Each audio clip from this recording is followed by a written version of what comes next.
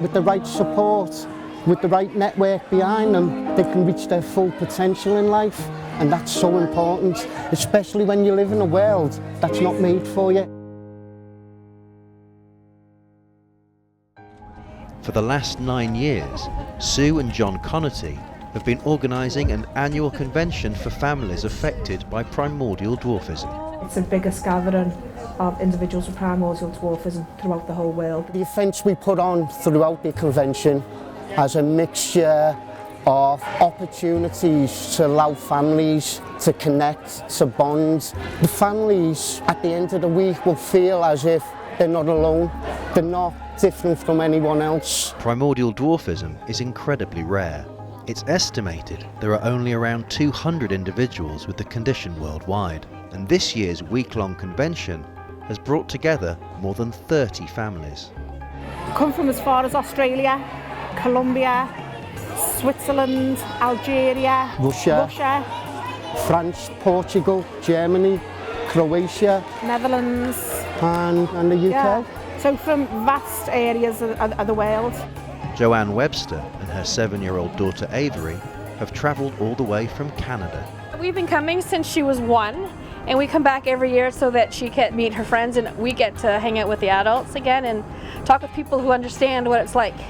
We haven't missed one yet. After their son Alex was diagnosed with primordial dwarfism, Sue and John founded their charity, Walking with Giants, to help other affected families. When Alex was diagnosed, it was very lonely.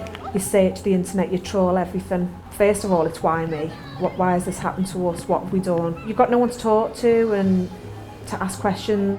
When we first met families, we were walking into the unknown. We were scared, and within several hours, all of our concerns and feelings were taken away from us. But it is an experience for any new family to come along and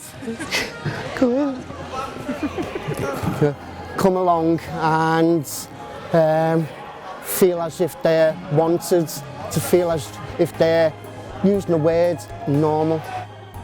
This is our 2nd year. Last year when we come, she wasn't walking, seeing all the other little kids running around, just gave us hope that she would start walking, and then she did.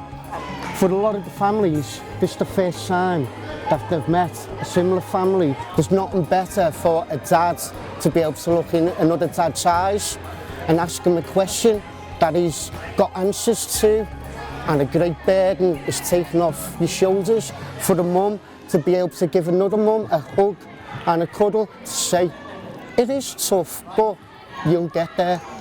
Pauline and her 15-year-old son Leo have flown from Australia for the 2nd year running.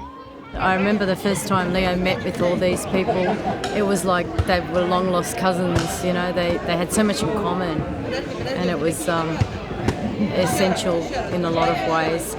We took back all of the information to our doctors of what the other children had encountered, and we get a wealth of information, talking to other parents, things that you just can't talk to normal parents about. Yeah. Because we have so much in common, the problems that you have with a special, unique child.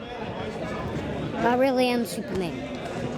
I protect the people of Australia. It's not just parents who share information. The charity also has a specialist medical team available for consultation.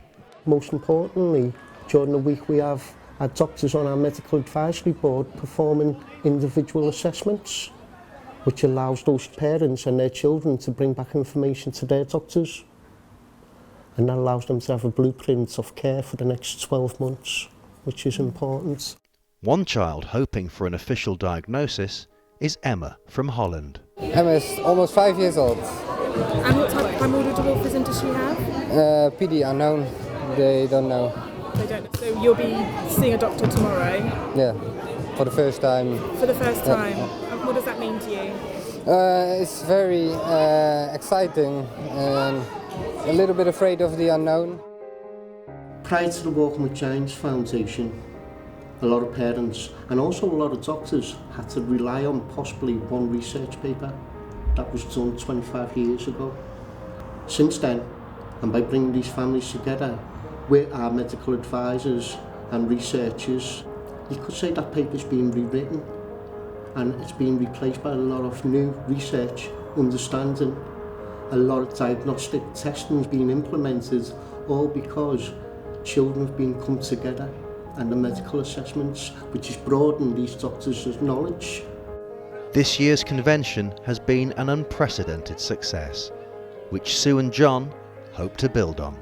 It was mind-blowing for me to think that we had over 30 families. For me as a father, I'm so proud that my son is creating a legacy. Sorry, I can't. For me, I'm so proud that my son is creating a legacy for the next generation of families, so that they won't have to go through what we've gone through.